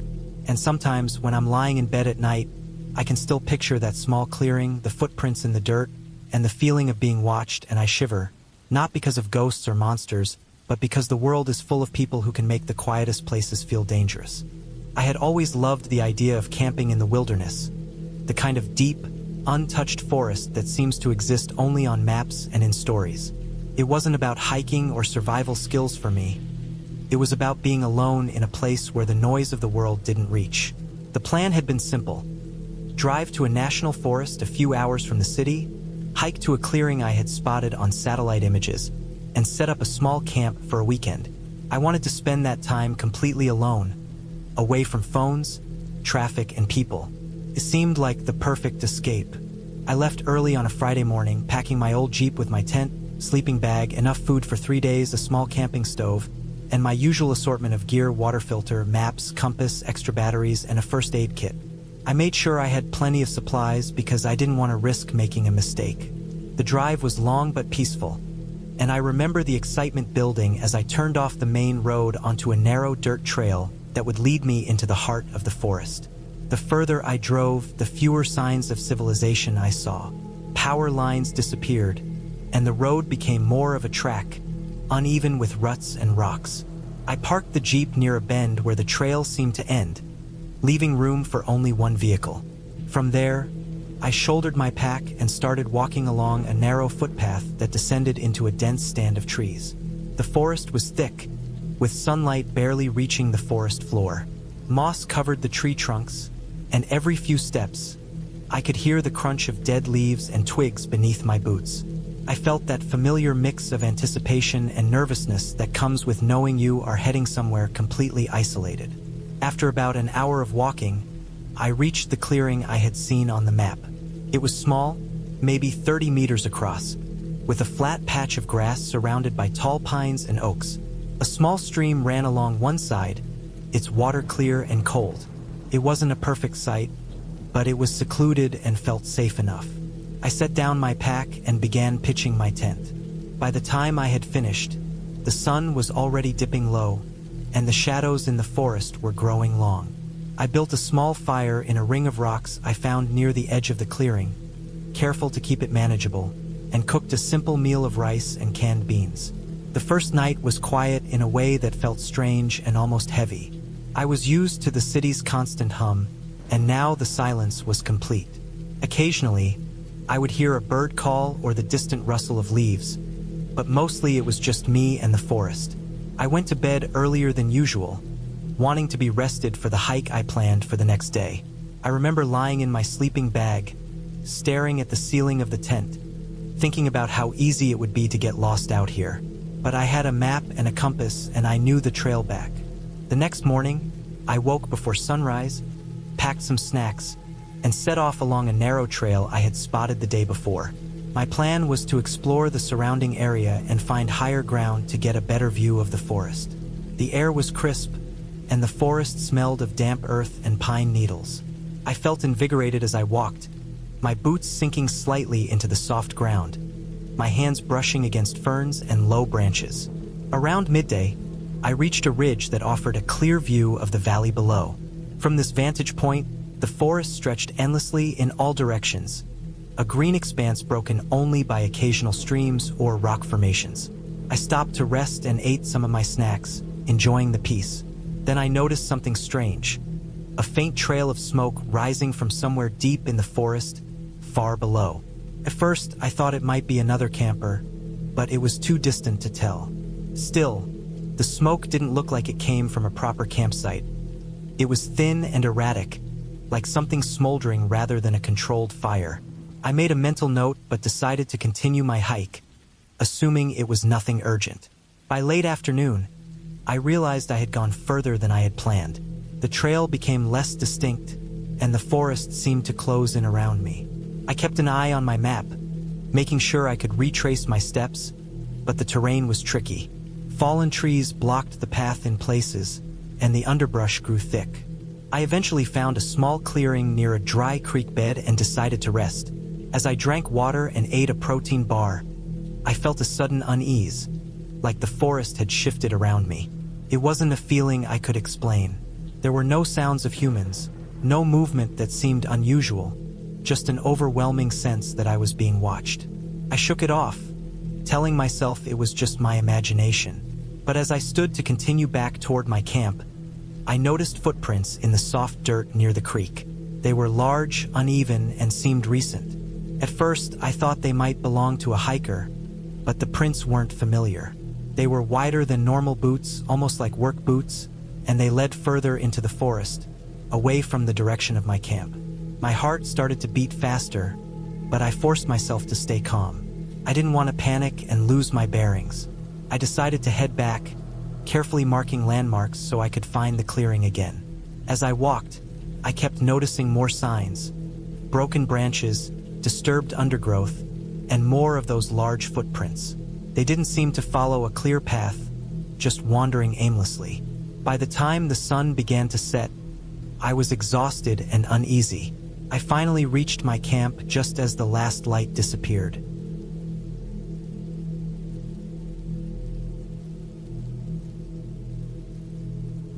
The next morning, the storm had passed, but it left behind a treacherous landscape. The trail was muddy, some sections washed out entirely, and rocks were slick with rainwater. I had to navigate carefully, testing each step before putting my full weight down. At one point, I almost slipped off a ledge, catching a root at the last moment. My hands were scraped, my heart pounding, and I realized that one wrong step could end this trip in disaster. As I continued, I encountered signs of wildlife again: broken branches, deep paw prints, and claw marks on tree trunks. I moved cautiously, aware that I could surprise a large animal at any moment. By late afternoon, I spotted a familiar landmark on my map, a ridge that would lead me toward a ranger station and eventually back to the road. Relief washed over me, but I stayed alert, knowing that the descent would be difficult and exhausting. On the final night, I camped on a small plateau with a clear view of the valley below. I managed to start a fire despite the damp conditions and ate the last of my rations. Exhaustion hit me fully, but I finally slept a few hours, waking before sunrise. The last day's descent was slow and careful. My muscles screamed with every step, but the terrain gradually became less steep, the trees more spaced out, and the trail more obvious. By late afternoon, I emerged from the forest onto a dirt road. I saw my car in the distance, still parked where I had left it. Relief and joy overwhelmed me. I checked my supplies, my gear, and myself. I was battered, tired, and sore, but I had made it through. I drove home slowly, savoring the warmth of the car and the familiarity of civilization. In the following days, I reflected on the trip. It had been terrifying at times, exhausting, and a test of my mental and physical endurance. But I had learned more about myself than I could have imagined. The importance of preparation, patience, and respect for nature. I realized that fear in the wilderness isn't something to eliminate. It's something to manage. It keeps you aware, alert, and alive. I had survived, and I had done it alone. And even though I promised myself I would return to the wilderness again, I knew I would never take the mountains for granted. I had been planning the trip for months, a solo camping expedition deep in the mountains where cell service didn't exist and people were rare. The idea was simple: pack enough supplies for a week, take a few basic tools, and disconnect completely. I needed the solitude, the quiet, and the feeling of being completely immersed in nature without the constant pull of the digital world. I thought I knew what to expect. I didn't. The drive up to the trailhead was long and winding, the road narrow and littered with rocks that had fallen from the cliffs above. By the time I parked my car, the sun was already low, golden light spilling across the ridges and casting long shadows that made the forest look more like a solid wall than a collection of trees. I double-checked my pack: tent, sleeping bag, water filter, Enough food for 7 days, a small stove, some matches, and a compass. I didn't carry much more because I wanted to move fast, to climb higher before setting up my first camp. The trail started easy, soft dirt underfoot, a gentle incline, birds chirping in the distance. I felt good, strong, energized. After a few hours, the trail became rougher. Loose stones, roots tangled across the path, and occasional fallen branches that forced me to step carefully. The deeper I went, the less human influence there was. No cut logs, no signs of maintenance, just the forest reclaiming everything. By late afternoon, I found a small clearing near a creek and decided it was a good spot to set up camp for the first night. The sound of running water was soothing, and I thought it would be easy to refill my bottles. I pitched the tent carefully, making sure it was secure on the sloping ground, then gathered firewood from nearby. By the time the sun started sinking behind the mountains, I had a fire going, the crackle of burning wood mixing with the soft murmur of the creek. The first night was quiet but tense in a way I hadn't expected. Every snap of a twig, every rustle in the underbrush made me tense. My imagination started to fill the dark with shapes. I tried to rationalize it. Animals, branches, wind. I had my flashlight and a pocket knife, and I convinced myself that I was safe. Still, I didn't sleep much. The sounds of the forest at night are different when you are alone and miles away from anyone. They feel closer somehow, like the woods themselves are aware of you. The next morning, I packed up and continued my ascent. The trail became less obvious, the markers almost invisible. At times, I had to rely purely on my compass and a map I had studied over weeks. The air was thinner, cooler, and the smell of pine mixed with damp earth filled my nose. Around midday, I found a small plateau with a panoramic view of the valley below. I stopped to eat and take in the scenery. It was beautiful, almost breathtaking, but there was also a sense of isolation that made me uneasy. From here, it would be a full day to reach the next water source, and I had to make careful decisions about conserving energy and rationing water. By the third day, the terrain became more challenging. I was climbing steeper ridges, navigating narrow paths between rock outcroppings, and crossing areas that had clearly been affected by landslides in the past. I felt a growing respect for how wild and unmanageable the mountains could be. The further I went, the fewer signs of life there were, and I noticed that my mental state began to shift. Small worries grew larger. What if I got injured? What if I lost my way? What if the weather turned suddenly? I tried to keep calm, telling myself I was prepared. I had experience, I knew how to survive, and yet, there was a creeping tension I couldn't shake. Late in the afternoon of the third day, I spotted a cluster of rocks that looked like a good spot for my next camp. I was exhausted but didn't want to push further. The ground was uneven, covered with loose stones, but I managed to find a relatively flat space to pitch my tent. While collecting firewood, I noticed fresh animal tracks near the creek, probably a bear or a mountain lion. My stomach tightened. I knew how to deal with wildlife, but seeing evidence this close to camp made the danger feel real. I arranged my food in a bear bag and hung it from a tree at a safe distance, double-checking the knots. Night fell quickly. The air turned colder than I expected, biting through my layers. I built a small fire and sat close, letting the warmth seep in. The sounds of the forest were sharper here. Something bigger moving through the underbrush, the call of a distant owl, the water rushing over rocks in the creek. Sleep was difficult. Every time I thought I was drifting off, a noise would make me sit up, alert. I realized I had been underestimating how isolated this area was. If anything went wrong, there was no one to help, no way to call for assistance. I tried to focus on my breathing, slow and steady, convincing myself that I was capable, that I had survived in the wilderness before. The fourth day was worse than I anticipated. My legs were sore from climbing, my back ached from the pack, and my supplies were diminishing faster than I expected. I was carefully rationing food and water now. By afternoon, clouds had begun to gather, thick and gray. I knew the weather could change fast, but I thought I could make it to the next plateau before nightfall. That was a mistake. The rain started suddenly, heavy and cold, turning the dirt trail into slippery mud. The wind picked up, pushing against me, making it difficult to maintain balance on narrow ledges. I slipped once, catching myself just in time, heart racing. The thought of falling from one of these ridges made me panic for a moment, but I focused on each careful step, inching forward. The sound of water rushing down the mountainside mixed with the wind, and I realized that the creek I had been following was now swollen and roaring. By evening, I was drenched, cold, and desperate. I found a shallow cave near a rock face and decided to take shelter. It wasn't ideal, but it offered some protection from the rain and wind. I huddled under my poncho, trying to warm myself with the small stove I carried. My food supply had dwindled further, and the thought of a long night in the cold with minimal calories made me nervous. I stayed awake for most of the night, listening to the rain hammering the rocks and the wind whistling through the trees.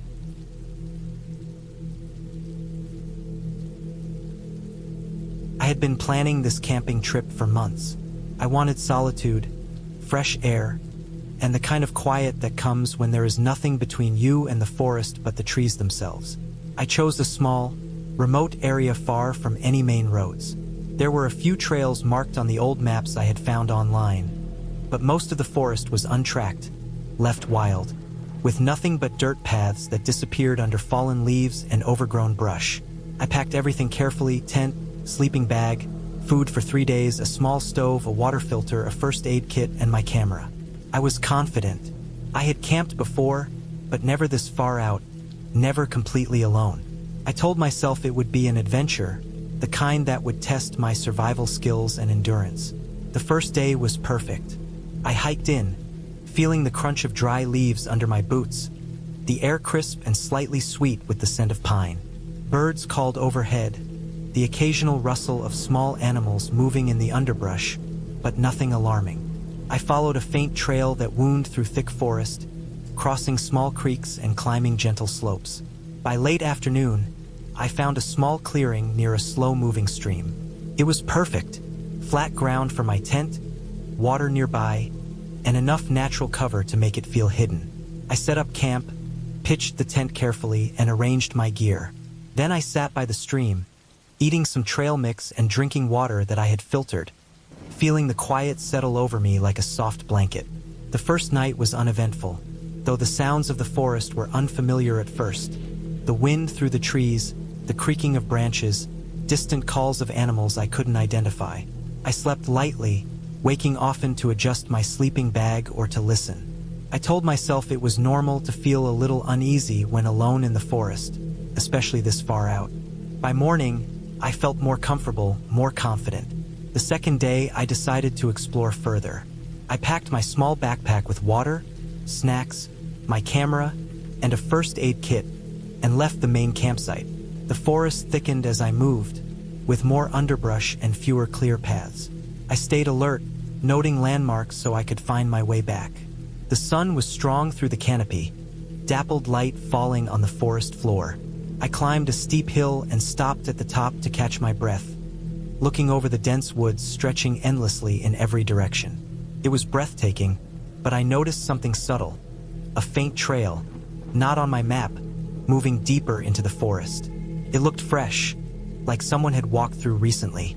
I hesitated, but curiosity got the better of me. I decided to follow it for a short distance, keeping my main campsite in mind. As I moved, the trail became less distinct. Fallen leaves covered the ground unevenly, broken twigs indicated recent movement, but I could see nothing, hear nothing but my own breathing and the occasional scurrying of small animals. I felt a creeping unease. I tried to dismiss it as my imagination, the mind playing tricks in the wilderness. Still, I felt the hairs on my neck prickle. The air felt heavier. Shadows moved differently under the trees. I kept walking, determined to turn back if anything felt off. After about 30 minutes, the trail forked, one path descending toward a small ravine, the other continuing along the hill. I chose the hill path.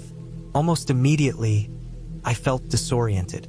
The forest looked different. Landmarks I had noticed before seemed gone, replaced by trees that looked similar but unfamiliar.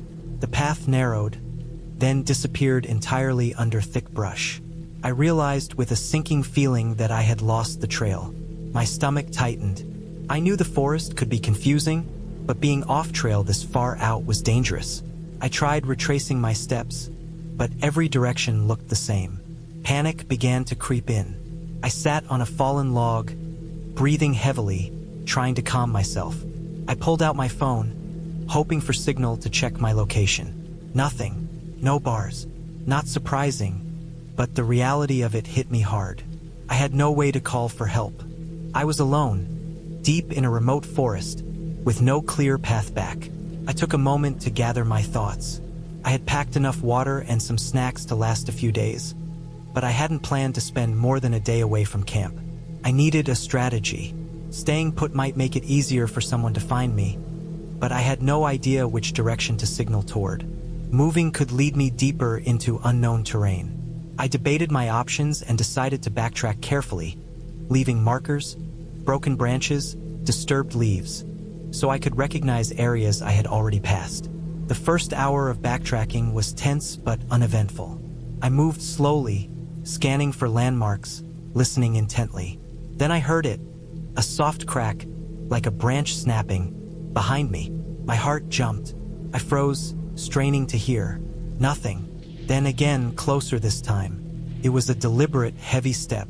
I turned slowly, scanning the dense trees. Still nothing visible, but the sound came again, this time faster, closer, following. I realized with rising fear that someone or something was moving through the forest near me. My first thought was a hiker, but the forest was empty of trails. The sound was heavy, deliberate, not like an animal. My mind raced. Should I call out? I didn't want to attract attention. Should I run? Running could lead me deeper into the unknown. I decided to stay calm, move quietly, and keep watching for openings in the trees. I moved toward the direction I thought led back to the stream and my camp. The sounds followed, always just behind, sometimes pausing as if observing me. Every rustle of leaves, every branch breaking underfoot, sent my heart racing. I tried to stay on ground I recognized, but the forest had swallowed all familiar markers. Then, in a small clearing, I stumbled upon a shallow depression in the dirt. Footprints. They were fresh, large, heavy, heading in the same direction as me. Not just a hiker. Someone had been here recently, tracking me, maybe without my knowledge, for hours. My stomach churned. I realized I wasn't just lost. I was being followed. Panic took over briefly, but I forced myself to calm down. I couldn't outrun someone in dense forest. I had to be smart. I looked around for anything I could use. Rocks, sticks, anything heavy to defend myself. I found a sturdy branch nearly as long as my arm. My heart pounded. My hands shook as I gripped it tightly. I decided to keep moving toward the stream, hoping to reach my camp before dark. I forced my mind to focus, counting steps, marking landmarks, keeping the branch ready. Hours passed. The sun dipped lower, filtered through the canopy in long golden streaks. Shadows stretched unnaturally, and the forest seemed to close in. The sounds behind me had stopped for now, but I didn't trust it. Every bird call, every rustle in the leaves made me jump. I reached a small ridge and could just see the stream below. Relief washed over me. I was close to camp. I descended carefully, avoiding loose rocks and slippery patches. And then I heard it again. Footsteps, louder, deliberate, coming from higher on the ridge, moving toward me. My pulse raced. I ran down the last stretch, slipping on wet leaves, branches whipping my face, my hands raw from gripping the branch so tightly. The stream came into view, shimmering in the fading light. My tent, barely visible, was still standing. My heart leapt. I had made it this far. I crossed the stream, moving as quickly as I dared, and reached the tent. I threw myself inside, yanking the zipper closed behind me. I could hear movement outside, something brushing against the undergrowth, circling, but I stayed still. I crouched low, gripping the branch, listening. Hours passed. Darkness fell completely. The forest became an inky black void outside my flimsy tent walls. I stayed awake all night, shivering with cold and fear, listening to every sound. The thing outside never approached the tent directly, but I knew it was there. When morning finally came, the forest looked peaceful, normal, but I was too exhausted to feel safe. I knew I couldn't stay another night. I packed quickly, leaving some food behind, took a compass and map, and carefully retraced my original entry path. Every sound now was amplified in my mind. The snap of a twig, the rustle of leaves, the distant caw of a crow. But I focused on landmarks, on the sun, on staying calm. It took hours, but I made it back to the main trail, where I could finally see tire tracks from vehicles and hear the distant hum of traffic. I followed the trail until I reached a ranger station. Shaking, exhausted, and covered in scratches, I reported what had happened. The rangers warned me that some areas of the forest were used by illegal hunters and that hikers had occasionally gone missing. They escorted me back to my car. I was physically unharmed, but mentally drained. I realized how lucky I had been. Lucky to escape. Lucky that the person following me hadn't made contact. Lucky to find my way back before dark. When I got home, I carefully repacked my gear, took some time to rest, and wrote down every detail of the experience. I never camped alone in a remote forest again. I never followed unknown trails without informing someone. I learned to respect the wilderness, not just for its beauty but for its danger, and to always be aware that even when you think you are alone, you might not be. That night, I slept deeply, for the first time in 3 days, grateful for my safety and the lessons the forest had taught me. The fear lingered in the corners of my mind, but it was tempered by relief and the knowledge that careful planning, awareness, and staying calm had saved me. I realized that real survival wasn't about bravery or toughness.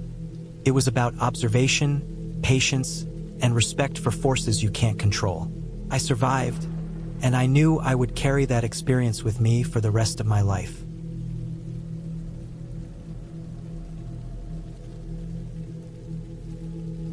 I had been planning this camping trip for months. I wanted to get away from the noise and the stress of the city, just me and the wilderness, alone with the quiet that only nature could give. I packed my backpack carefully, making sure I had all the essentials: tent, sleeping bag, stove, food, water, first aid kit, flashlight, extra batteries, and a small knife. I wanted to go somewhere remote, away from any trails that were crowded, away from any hint of civilization. I wanted to feel the kind of isolation that would make me face myself, completely alone. The drive out of the city was long. As the asphalt faded and turned into dirt roads, I could feel the tension in my body start to ease. The air smelled different too, sharper, cleaner, full of pine and soil.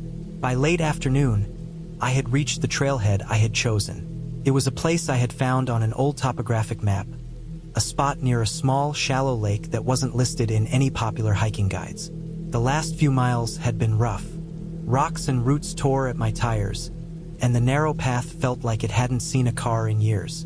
When I finally parked, I was sure that I wouldn't see anyone else for days. I started hiking in, the sun already low in the sky. The forest was dense, filled with the smell of wet leaves and moss. Every step I took made a soft crunch against the underbrush. Birds chirped quietly in the distance, but there was no other sound. I kept my backpack tight on my shoulders and my boots on the muddy path, scanning around, feeling that strange mixture of excitement and unease. By the time I reached the edge of the small lake, the light was fading fast. The lake was surrounded by tall, dark trees, and the water was still and cold-looking, reflecting the remaining light in the sky. It felt like a hidden world, untouched by humans. I picked a spot for my tent, not too close to the water, but close enough that I could hear the faint lapping of the lake. I set it up quickly, securing the stakes into the damp ground, my hands getting scraped by tiny rocks and twigs. I spread out my sleeping bag inside and arranged my supplies neatly, wanting everything to be ready for nightfall. I built a small fire just a few feet from my tent, using dry wood I found near the edge of the clearing. The first sparks flew, and I watched as flames danced and crackled, filling the darkness with a flickering warmth. I cooked some food on a small stove, eating quickly as the light disappeared completely and shadows stretched long across the forest floor. After eating, I sat near the fire, letting the warmth soak into me. That's when I started noticing the sounds of the forest at night. The wind rustled through the trees, carrying branches that scraped against each other. Insects buzzed near my ears, and somewhere in the distance, I could hear an animal moving through the undergrowth. I told myself it was probably a deer or a raccoon. I had been alone in the forest before, and I knew these sounds were normal. Still, the way the darkness seemed to press in made me tense. Around midnight, I decided to go to sleep. I unrolled my sleeping bag and crawled inside the tent. The air was cold, and I zipped it up tightly.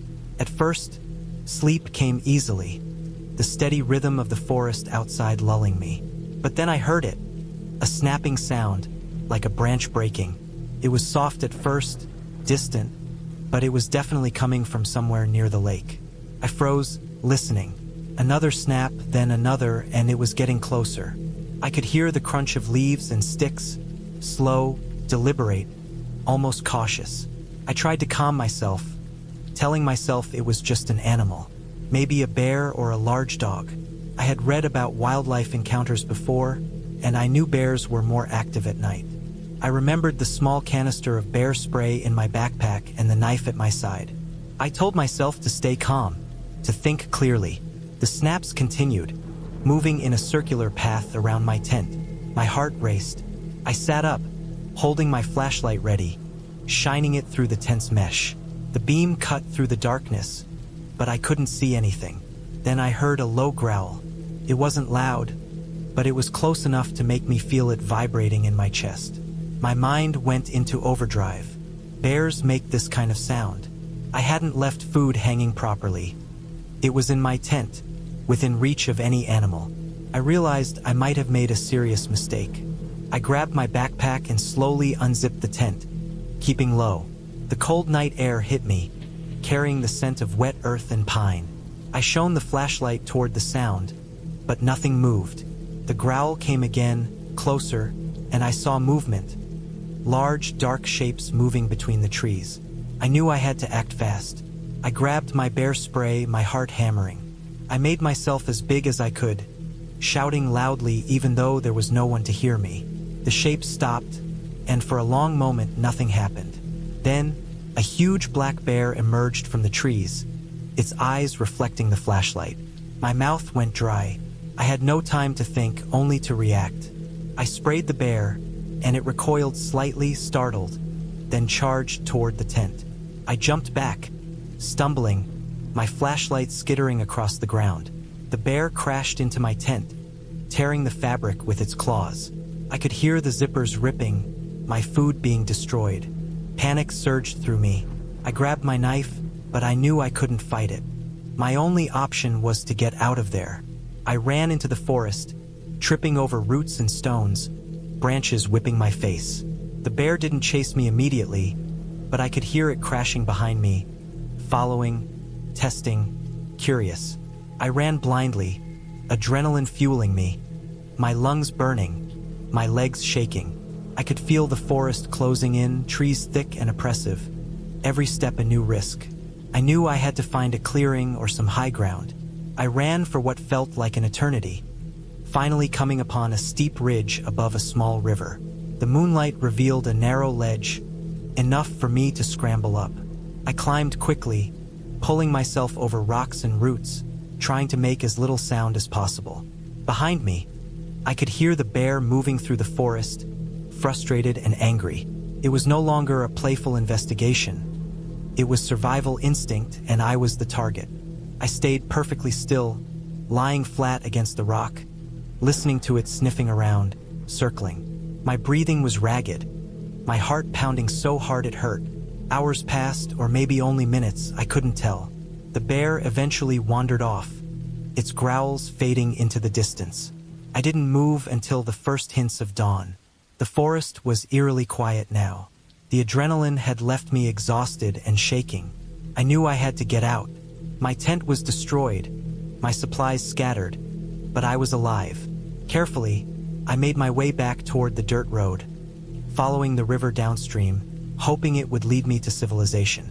By mid-morning, I stumbled onto a logging trail. My boots were soaked, my hands cut and scratched from branches, my body sore and trembling, but the relief I felt was overwhelming. I made my way to the main road, where a passing truck stopped to give me a ride to the nearest town. I called the ranger station and reported the bear encounter, explaining where I had been. They were concerned but not surprised. Black bears were known to frequent remote areas, especially if food was left unsecured. Eventually, I reached home. The experience had left me shaken. I realized how fragile human control over nature really was, how quickly everything could go wrong if even one detail was neglected. I also learned the importance of preparation, respect, and caution. I would never go camping alone in such remote areas again without extreme care and backup plans. Over the following weeks, I recovered physically, but the memory stayed vivid. The darkness, the sound of breaking branches, the growl vibrating through the ground, and the feeling of absolute, bone-deep fear. Even after everything, I didn't let it stop me from going back to the outdoors. I learned from it, studied animal behavior, upgraded my equipment, and only went with a partner or in areas where I could call for help if something went wrong. The fear never fully left me, but it became a teacher, reminding me of the fine line between adventure and danger, and how survival sometimes depends only on presence of mind, quick thinking, and respect for the raw power of the natural world.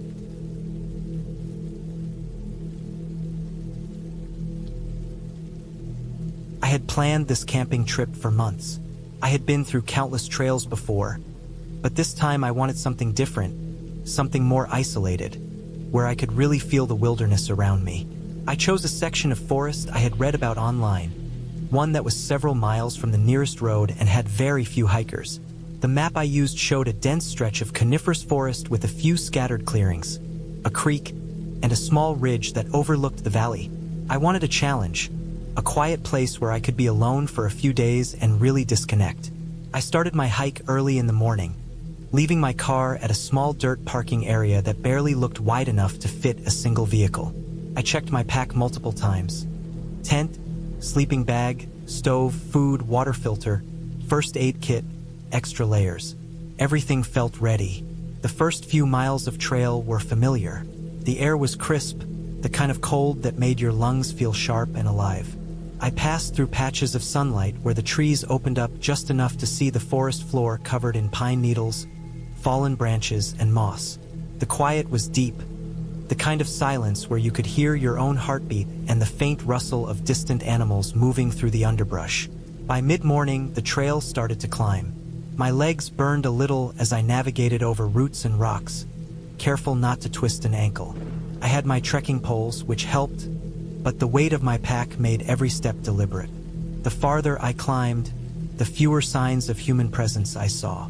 No litter, no footprints, just the natural patterns of the forest. Occasionally, I would hear the snap of a twig or the rush of a small animal through the brush. Birds were scarce, their songs drowned out by the wind moving through the taller trees on the ridge. Around noon, I found a small clearing near the trail where I decided to take a break. I set down my pack and pulled out some trail mix and water. The sun was high enough to create patches of warmth, but the shade from the trees kept it from feeling hot. I rested for a while, paying attention to the forest around me. That's when I first noticed it. A faint smell of smoke carried on the breeze. At first, I thought it was distant campfires from other hikers, but I quickly realized that it was too faint and inconsistent to be intentional. The trail I was on was supposed to be remote. There shouldn't have been anyone else nearby. I shrugged it off, thinking maybe it was the result of a controlled burn somewhere far away. I ate slowly and then continued my hike, trying to ignore the thought. I was focused on finding a good campsite before sunset. The maps I had didn't mark any official spots, but I had seen a few potential clearings along the ridge on the satellite images I had studied. The forest grew denser as I climbed, the trees towering and tight, their roots forming a tangled web across the trail. I had to stop multiple times just to figure out the safest route forward. By late afternoon, I found a small clearing that seemed perfect. It was surrounded by thick pines, with a gentle slope that led down to a creek I could hear trickling nearby. The ground was relatively flat and covered in a thick layer of pine needles, soft but firm enough to pitch a tent. I set up my site with care, staking the tent securely and making a small fire pit from rocks I found around the clearing. I gathered some dry wood, keeping it a short distance from the tent to be safe, and stored the rest of my firewood upwind. As the sun began to lower, the forest changed. Shadows stretched long and deep, and the air cooled rapidly. I cooked a simple meal on my stove, instant noodles and some canned vegetables, and ate while watching the light fade through the trees. The creek's sound became more pronounced as the light dimmed, a constant background hum that reminded me of how isolated I was. I double-checked my perimeter, making sure no large branches hung above my tent, and arranged my backpack near the entrance with the knife on top, just in case. Night fell, and with it came a level of darkness I had rarely experienced. The forest became a nearly solid wall of black, broken only by the firelight and the faint stars above through the treetops. I lay in my sleeping bag, listening carefully. The rustling of leaves, the occasional snapping of twigs, and the steady flow of the creek became amplified in the silence. Every sound was intense, every shift in the darkness a potential threat. I told myself to stay calm, to rationalize that these were just animals or the wind. Around midnight, I woke to a faint sound that made my stomach tighten. It was a snapping sound, like someone or something stepping on a branch. I froze, straining my ears, trying to distinguish between the natural sounds and whatever this was. The snapping continued, moving slowly around the clearing. I stayed completely still, my heart hammering, trying to see through the darkness. My headlamp was inside my tent, and I didn't want to risk stepping outside. I reached for my knife, gripping it tightly, listening. The sound paused for a few long moments, and then I heard another noise, a soft rustling closer to the tent. My mind raced. This wasn't an animal, at least not a typical one. The movements were deliberate, controlled, the way a human might walk quietly but carefully. I checked my pack and realized my phone was on silent, deep in my bag. I couldn't call anyone. Panic started to creep in, but I forced myself to breathe slowly, trying to think rationally. If it was another person, what could they want? Why would they be in this remote area? I remembered the smoke I had smelled earlier. Perhaps someone else had a fire somewhere nearby. But why would they come so close without announcing themselves? I tried to reason with myself, telling myself it could be a hiker or hunter, maybe someone who got lost. But my gut told me this wasn't a coincidence. The snapping resumed, this time coming from multiple directions. I realized I wasn't alone in the clearing. I considered leaving, but the thought of stepping into complete darkness outside my tent with whoever, or whatever, was out there terrified me. I stayed as quiet as possible, hoping to see or hear something more definitive. After what felt like hours, the noises faded slightly, retreating into the distance. I waited, tense, until I was almost sure they were gone before attempting to peek outside. The moon was high, casting weak silver light over the clearing. I could see that the firewood I had gathered was disturbed. Some pieces were moved from where I had stacked them, and one of the larger logs was knocked over. My heart sank. Whoever or whatever had been here had checked my campsite. I realized I had underestimated the vulnerability of camping alone in such a remote location. I decided to pack up immediately. I had been planning a multi-night stay, but now I felt the urgent need to leave.